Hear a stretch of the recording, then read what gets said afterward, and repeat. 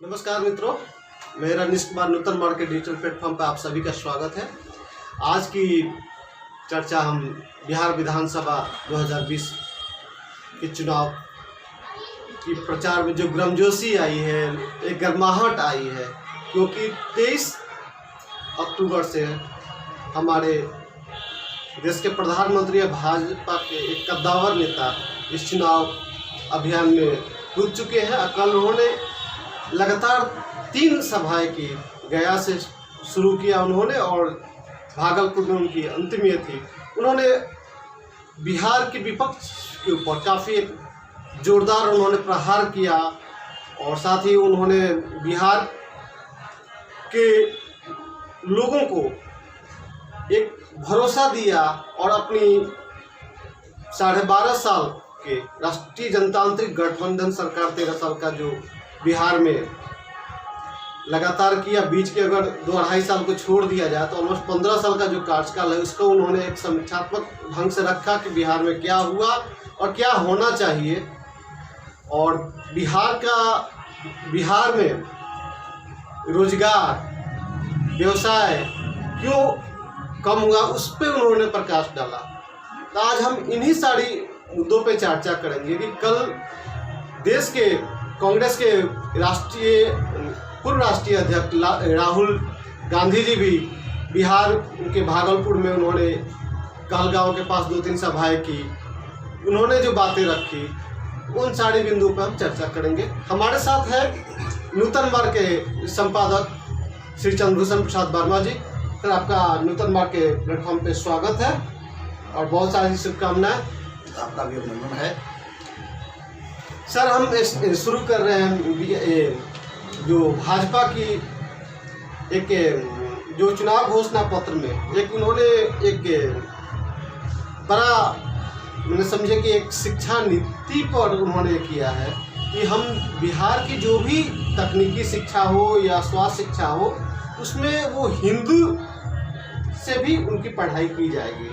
तो इससे बिहार के खासकर के युवा जो मेडिकल और इंजीनियरिंग की तैयारी कर रहे हैं उनके जीवन में क्या परिवर्तन आएगा, उससे वो क्या फ़ायदा उठा पाएंगा और इसका चुनाव पर क्या प्रभाव पड़ेगा? देखिए, जो हिंदी में पढ़ाई की बात है, चाहे वो तकनीकी शिक्षा हो अथवा चिकित्सीय शिक्षा हो, हिंदी में पढ़ाई हो तो यह अच्छी बात है, क्योंकि जब कानून की पढ़ाई हिंदी में भी हो सकती है तो तकनीकी शिक्षा और मेडिकल साइंस की पढ़ाई क्यों नहीं हिंदी में होगी। आपका प्रश्न है कि इससे क्या लाभ होगा, बिहार में कितना फायदा पहुंचेगा। तो हमारा बिहार जो है वह कई क्षेत्रीय भाषाओं का सम्मिलन स्थल है, जिसका मुख्य उद्गम हिंदी से है। हिंदी मिलती जुलती क्षेत्रीय भाषाओं के साथ है, तो हिंदी में जब पढ़ाई होगी तो ज़्यादा लोग समझेंगे। अंग्रेजी में पढ़ाई जो होती है उसमें नीचे के छात्र जो हैं वो पहुंच नहीं पाते, कम ही पहुंचते हैं। ज़्यादा अंग्रेजी जानकार लोग ही तकनीकी शिक्षा में चयनित होते हैं, ऐसा देखा गया है। अब जब हिंदी में पढ़ाई होगी तो यहाँ के भी छात्र शिक्षा ग्रहण करेंगे और जो शिक्षा उन्हें प्राप्त होगी, चाहे वो तकनीकी शिक्षा हो या मेडिकल की शिक्षा हो, उसको वो भली भांति अपने क्षेत्र के लोगों को समझाने में सफल होंगे और लोग भी समझने लगेंगे। आज स्थिति ऐसी है कि चिकित्सक के पास यदि कोई इलाज कराने जाता है, दवाई यदि चिकित्सक लिख देता है तो पेशेंट जो है वो दवा का पुर्जा लेकर के दुकान पर जाता है, दवा मिल जाती है, लेकिन वो जान नहीं पाता है कि इस दवा का क्या नाम है।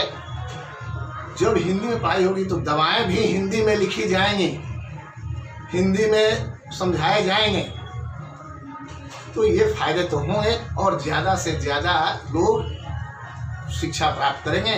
और एक फायदा और होगा कि जो उसमें से निकल करके चिकित्सक हों या तकनीकी शिक्षा प्राप्त हों, वो लोग जब आएंगे तो अपने क्षेत्र में ज़्यादातर सेवाएं देंगे, उनको कहीं कोई सेवा देने में भाषा की कठिनाई नहीं। सर, इसमें एक चीज़ आलोचना निकल के आई है कि जब हिंदी में मेडिकल और तकनीकी स्वास्थ्य शिक्षा और तकनीकी शिक्षा होगी तो विदेशों में ये लोग कैसे काम कर पाएंगे? देखिए, मैंने कहा भाषा जो है सीखना गलत नहीं है। विदेशों में काम करने वाले यहाँ अंग्रेजी में भी पढ़ाई होती है, हिंदी में भी पढ़ाई होती है, कानून में भी पढ़ाई हिंदी में होती है, अंग्रेजी में भी होती है। तो जो लोग अंग्रेजी में पढ़ेंगे वो लोग विदेशों में काम करेंगे, और जो लोग बेसिकली हिंदी रखेंगे वो लोग अपने देश में करेंगे। तो ये विदेश में अंग्रेजीदान लोग चले जाएंगे, वहाँ वो लोग समझेंगे, और हिंदी में यहाँ लोग करेंगे। एक चीज़ और इसमें आलोचना में एक चीज़ और निकल के आई है कि इसमें जब हिंदी में होगा तो रिसर्च एंड डेवलपमेंट का काम तो रुक जाएगा, हो ही नहीं पाएंगे, कर ही नहीं पाएंगे, क्योंकि रिसर्च एंड डेवलपमेंट ज़्यादातर अंग्रेजी में होता है।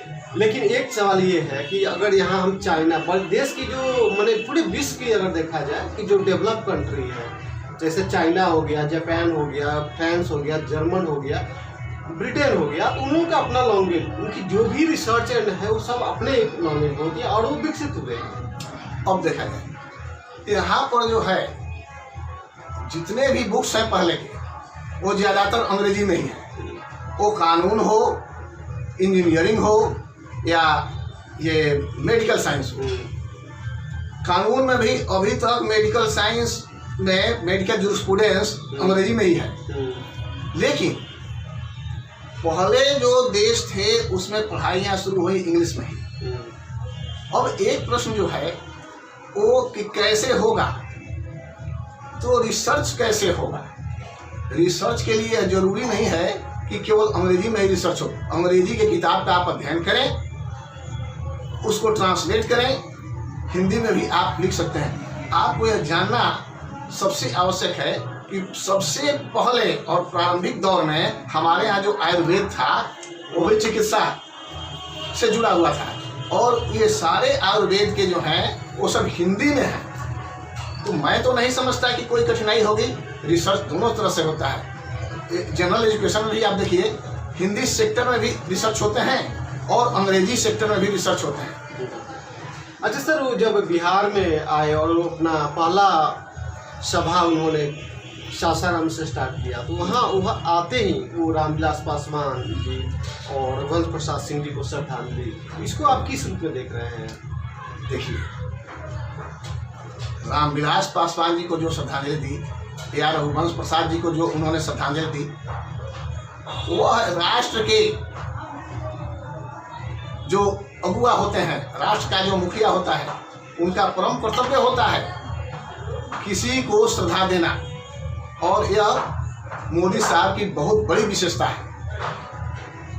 यह विशेषता उनको आम लोगों से ऊपर उठाती है, और ऐसी ही विशेषता के कारण वो जो है सो आज यूँ कहें कि एक ग्लोबल लीडर के रूप में कायम है, तो कोई अतिशयोक्ति नहीं होगी। अच्छा सर, ये उसके ठीक विपरीत है जो अब हमारे विपक्ष की एक तरह से कहिए कि अगुआ रह चुके हैं, राष्ट्रीय अध्यक्ष रह चुके हैं कांग्रेस के, और राहुल गांधी जी हिसुआ और कहलगांव में उन्होंने जनसभा की। लगभग 27 मिनट का उनका भाषण मोदी के इर्द गिर्द ही घूमा, जिसमें चाइना पर उन्होंने 7 मिनट। बिहार के इलेक्शन में चाइना कितना प्रभाव छोड़ रहा है। और दूसरा चीज़, उसमें वो अडानी अंबानी को भी इसमें लाए। तीसरा है कि उन्होंने रोजगार और नौकरी पे ज़्यादा नहीं 4 मिनट उन्होंने बात की। कोरोना प्रवासी पर उन्होंने सबसे ज़्यादा, कोरोना और प्रवासी जहाँ पे वो काफ़ी फेल्यूर रहे। जो भी प्रवासी बिहारी आए, ज़्यादातर आए कहाँ से आए, तो महाराष्ट्र, ये पंजाब और दिल्ली से, क्योंकि वहाँ की सरकार है जहाँ पे वो कांग्रेस शासित है, गैर भाजपाई शासित राज्य है, तो वहाँ भी वो लोग सही ढंग से टेकिंग केयर नहीं कर पाए, वो लोग वहाँ से पैदल आए। उस चीज़ पे उन्होंने 8 मिनट तक बात की, और जीएसटी और नोटबंदी को 6 मिनट। ये बिहार के चुनाव कितना प्रभाव डालता है? देखिए, बिहार के चुनाव पर चाइना की बात जो है वो कोई खास मायने नहीं रखता। चाइना का मामला जो है वह सुरक्षा का मामला है, वह सीधे सीधे केंद्र सरकार के पास है। तो चाइना का मामला जो है केंद्र सरकार के पास है, और चाइना के मामले को लेकर के केंद्र सरकार निपटने की तैयारी में है। दूसरी बात जो है वो यह है कि नोटबंदी और जीएसटी, नोटबंदी भी समाप्त अब हो गई। नोटबंदी को लोगों ने गले भी लगा लिया। अब नोटबंदी वाला मामला जो है सो भूल गया, और जीएसटी का भी लोग पालन कर रहे हैं। कम करें या बेसी करें, ये तो सामने दिखाई दे रहा है। अब कोरोना और प्रवासी, अब कोरोना की बात देखिए। कोरोना में यह कहा जाए कि बिहार का कुछ ऐसा प्रभाव होगा, तो कोरोना में एक ही बात है, जहाँ जहाँ एनडीए सरकार रही वहाँ से बिहार के प्रवासी जो चले, दिखदाई उन लोगों के साथ हो गई। और मैं यहाँ तक कहूँ कि जहाँ जहाँ एनडीए सरकार रही वहाँ बिहार के लोगों को काफ़ी कठिनाई हुई है। बिहारियों के लिए कभी तो कांग्रेस ने कहा कि हम कई हजार बसें ला करके खड़ा किए हुए हैं और फ्री हम भेज रहे हैं बिहार उत्तर प्रदेश। लेकिन असली बात तो यह थी कि जब खुलासा इसका हुआ तो न बसें मिली और न कोई गाड़ियां उपलब्ध रहीं। लोगों को इसमें ज़्यादा परेशानी हो गई और लोग परेशान हो गए। कई दिनों के बाद लोग क्या करें, कोई साधन नहीं मिला, तो ये लोग पदयात्रा अपना वहाँ से शुरू की और किसी एन के कराने पहुँचे। अब यहाँ का मुख्य विपक्षी दल जो राष्ट्रीय जनता दल है, उनके जो राष्ट्रीय अध्यक्ष मैंने जो यहाँ के हेड हैं, आप तेजस्वी जी, जो उन्होंने अपने चुनाव घोषणा पत्र और नामांकन से पहले भी उन्होंने बोला था कि चुनाव घोषणा पत्र बोला कि 10 लाख युवाओं को सरकारी नौकरी देंगे। तीसरा, बेरोजगारी भत्ता 1500 रुपये पर माह अप टू एज 35 तक हम देंगे। ये क्या मायने रखता है बिहार के चुनाव में? क्या एक बहुत बड़ा मुद्दा बन सकता है? क्या इनके पिताजी के 15 साल के शासनकाल को देखते हुए लोग उन पर विश्वास करेंगे? देखिए, ये अब बात जब उठी बेरोजगारी भत्ते की 1500 रुपये की, तो बरबस उनके पिताजी याद आ जाते हैं, लालू प्रसाद यादव जी। जगन्नाथ मिश्रा ने बेरोजगारी भत्ता प्रारंभ किया था। जगन्नाथ मिश्रा का बेरोजगारी भत्ता प्रारंभ किया हुआ कुछ वर्षों तक उस समय बेरोजगारों को मिला। लेकिन जब लालू प्रसाद जी आए तो कुछ समय तक ही बेरोजगारी भत्ता मिला और इसके बाद उन्हीं के रिजीम में बेरोजगारी भत्ता समाप्त कर दिया। तो मुझे तो लगता है कि तेजस्वी जी का यह जो है वो एक प्रकार का प्रलोभन है, लोगों को प्रलोभन दे रहे हैं। हालांकि यदि ऐसा हो तो ठीक है, मिल जाए तो। दूसरी बात, एक सवाल रिपीट कीजिए बेरोजगारी के साथ। हाँ, नौकरी की बात आपने कहा राजेश जी, 9 लाख लोगों को या 10 लाख लोगों को नौकरी, 10 लाख लोगों को नौकरी देने की बात है। देखिए, नौकरी कोई ऐसी चीज़ नहीं है कि हम गद्दी पर बैठे और तुरंत नौकरी लेकर के हाथ में दे दिए। एक बार कर्पूरी ठाकुर जी थे, उस समय जूनियर इंजीनियरों को गांधी मैदान में उन्होंने नौकरी दी थी, वो भी इतनी लाख नहीं। तो इसका जो है नौकरी देने का डिपार्टमेंट से खाली स्थान का सैंक्शन होता है, कितने पोस्ट वैकेंट हैं, इसका विज्ञापन होता है, इसकी जानकारी होती है। तेजस्वी जी युवा हैं और युवा वर्ग को चाहते हैं कि हम अपने ओर खींच लें। ये एक अहम मुद्दा है युवा वर्ग के वोट को प्राप्त करने का। दूसरा तो कुछ मुझे दिखाई नहीं देता। वैसे युवा वर्ग को नौकरी मिल जाए तो इसमें यह तो बहुत अच्छी बात होगी। एक और उनका मुख्य मुद्दा था कि राज्य के किसी भी सरकारी नौकरी में 85% तक जो यहाँ का स्थानीय बिहार के अस्थायी निवासियों को आरक्षण दिया जाएगा। माने अभी भी तो बिहार में कितने % लोग बाहर के आते हैं नौकरी के लिए अप्लाई करने? हाँ, बिहार के लोग ही ज़्यादातर बिहार में नौकरी करते हैं। वैसा कि लोग बिहार में बाहर जाते हैं। हाँ, मुझे तो ऐसा लगता है कि 5 से 7% लोग होंगे जो कि बिहार में आकर के नौकरी करते हैं। ज़्यादातर लोग बिहार के ही लोग बिहार में नौकरी करते हैं। और रही बात कि ये तो कोई नई बात नहीं है, ये आज भी वही स्थिति है। तो इसमें तो मुझे कोई खास नहीं लगता कि कोई बहुत बड़ा ये मुद्दा है और कोई बहुत बड़ा हमको कुछ लाभ मिलने जा रहा है। अच्छा सर, अंत में ये जानना चाहूँगा कि अभी जो चिराग पासवान जी की जो भूमिका है और जिस ढंग से चुनाव लड़ रहे हैं, वो बार बार प्रधानमंत्री जी को कोट भी कर रहे हैं और एनडीए को कि एनडीए को मैं केंद्र के साथ हूँ, एनडीए से बैर नहीं और जेदी तेरा खैर नहीं के स्लोगन पे वो चल रहे हैं। कल भी जब उन्होंने प्रधानमंत्री जब बिहार आए तो उन्होंने रामविलास पासवान जी को श्रद्धांजलि दी, तो उसको उन्होंने धन्यवाद दिया, इमीडिएट ट्वीट किया। और इसको आप किस तरह से देख रहे हैं? देखिए, धन्यवाद जो दिया वो तो उनका शिष्टाचार था। शिष्टाचार का निर्वहन उन्होंने किया चिराग जी ने। और रही बात कि पासवान साहब जो हैं चिराग जी, वे बिल्कुल अपने पिता के नक्शे कदम पर चल रहे हैं। बहुत पहले नीतीश जी के साथ ऐसा ही हुआ था और जो सरकार बनाने की चाबी थी वह रामविलास पासवान जी के पास था।